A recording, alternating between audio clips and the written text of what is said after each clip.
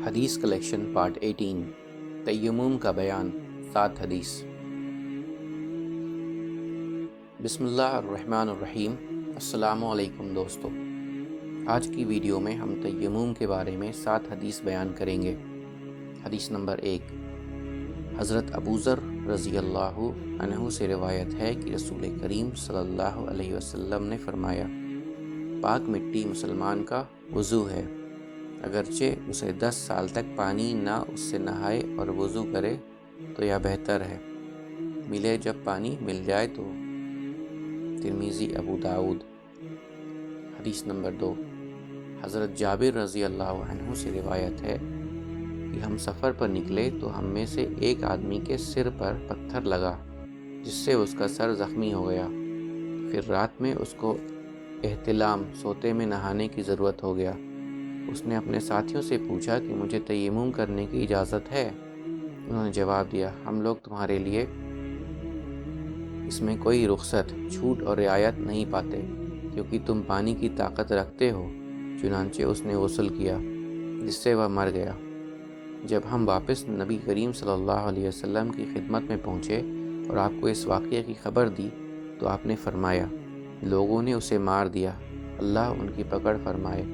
جب ان کو اس مسئلے کا علم نہیں تھا تو انہوں نے کسی علم والے سے پوچھا، کیوں نہیں؟ جہالت کی بیماری کا علاج سوال کرنا ہے۔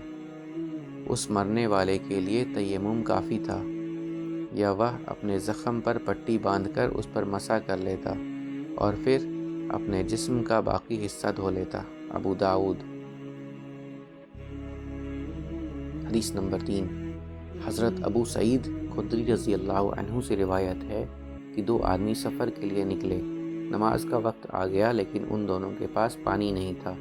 ان دونوں نے پاک مٹی کے ساتھ تیمم کیا اور نماز ادا کر لی، پھر انہوں نے نماز کے وقت میں ہی پانی پا لیا۔ ایک آدمی نے وضو کر کے نماز کو دوبارہ ادا کیا اور دوسرے نے نماز کو نہیں دہرایا۔ پھر وہ دونوں نبی کریم صلی اللہ علیہ وسلم کی خدمت میں حاضر ہوئے۔ انہوں نے آپ سے اس واقعے کا تذکرہ کیا۔ آپ نے اس آدمی سے کہا جس نے نماز کو نہیں دہرایا تھا کہ تم نے سنت کی موافقت کی ہے، تمہاری نماز تمہارے لیے کافی ہے۔ اور جس نے وضو کر کے نماز کو دہرایا تھا اس سے فرمایا کہ تمہارے لیے 2 گنا ثواب ہے۔ ابو داؤد۔ وضاحت: جب تیمم کر کے نماز ادا کر لی جائے اور پھر نماز کے وقت میں ہی پانی مل جائے تو وضو کر کے نماز کو دہرانا ضروری نہیں، بلکہ پہلی نماز ہی کافی ہے۔ مستحب غسل کا بیان۔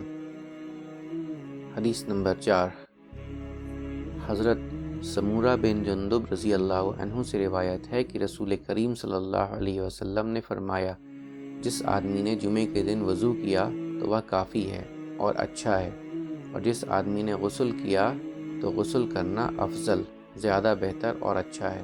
ابو داؤد، ترمذی، نسائی۔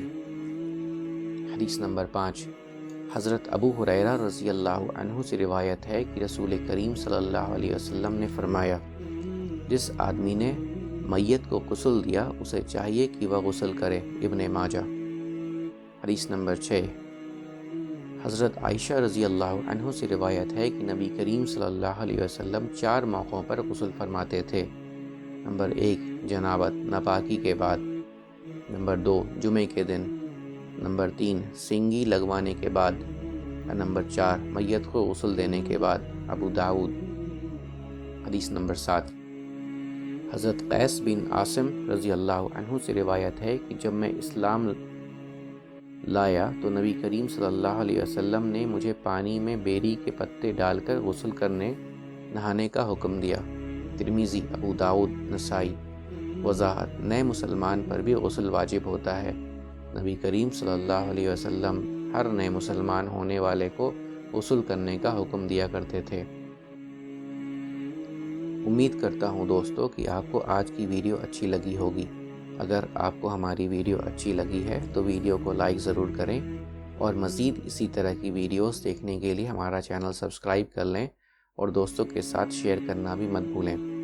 اللہ آپ سب کا حامی و ناصر ہو۔ انشاءاللہ ملتے ہیں اگلے ویڈیو میں۔ اجازت دیجیے، السلام علیکم، اللہ حافظ۔